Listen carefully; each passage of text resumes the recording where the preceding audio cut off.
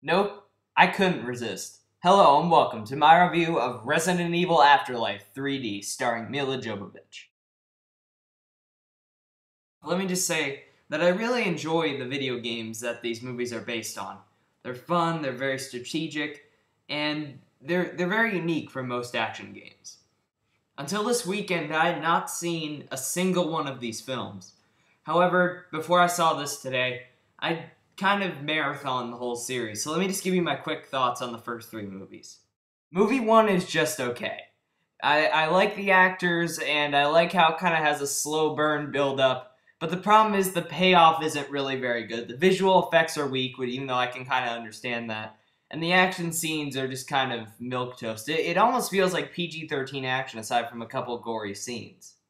It isn't nearly as bad as other video game movies, though. I'd give this about 2.5, 2 stars out of 4. It was entertaining, but nothing to write home about. Movie 2, which is generally regarded as the worst, I actually like a little better than Part 1. It knows what it is, it's a stupid action film, and it kept my attention as such. Again, no higher than a 2.5 stars out of this one. The main problem here is that the side characters kind of distract from Alice, who's a really cool character. But 2.5, 2 stars nonetheless. It was kind of... Movie 3 is a pretty big improvement. It's solid, it's exciting, and has a really cool look to it. And the action scenes are way better, the story is better, everything about this movie is just of a higher quality than the other two. 3 stars out of this one, like, solidly. I really enjoyed the third movie. The plot of this one centers on Alice, played by Mila Jovovich, who she's trying to take down the Umbrella Corporation because they've released this huge T virus into the world is destroyed.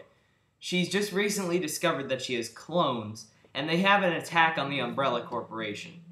It's a huge battle, and eventually Wesker, who's the main villain, injects her with a serum that removes her powers that she gained in the second or third movie. And that's not a spoiler, this happens right at the beginning of the film. And she finds Claire Redfield, who is a character in the third movie, at like months after this battle. And the main part of the film is them meeting up with these other survivors and trying to find a way to get onto this boat that they believe is a place where it's safe and there's no infection and they have food and shelter and whatnot.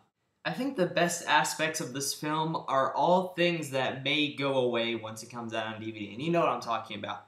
Let me tell you, the 3D in this movie, which was they used the same cameras that James Cameron used on Avatar, it makes a big difference.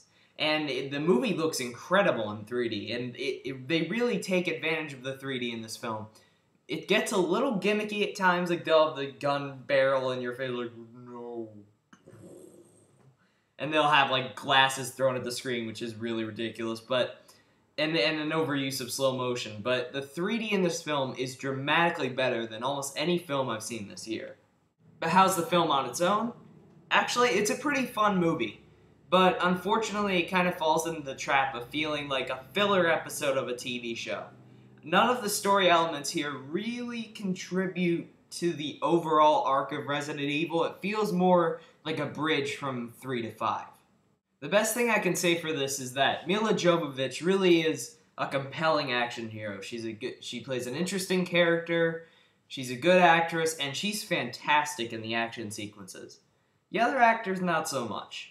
Ali Lauder is okay, but the guy who plays Chris Redfield, who I know is a big character in the games, he's kind of awful. He doesn't really...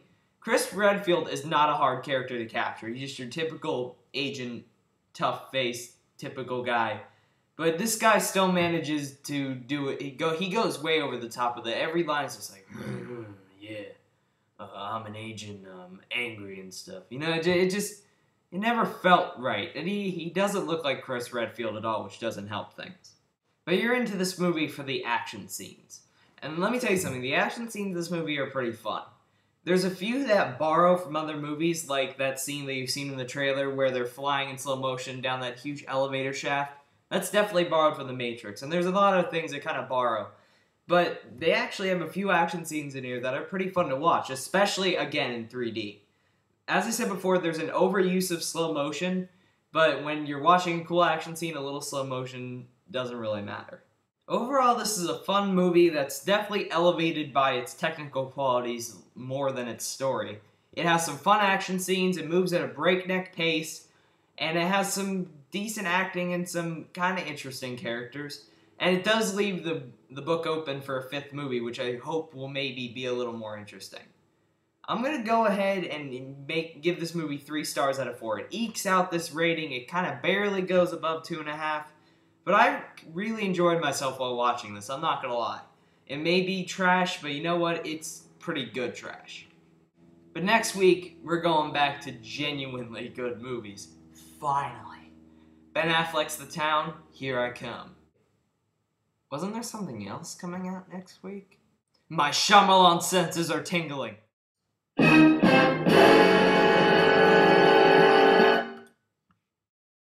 You know the elevator on the poster? I think that's where M. Night Shyamalan is keeping the real Last Airbender characters.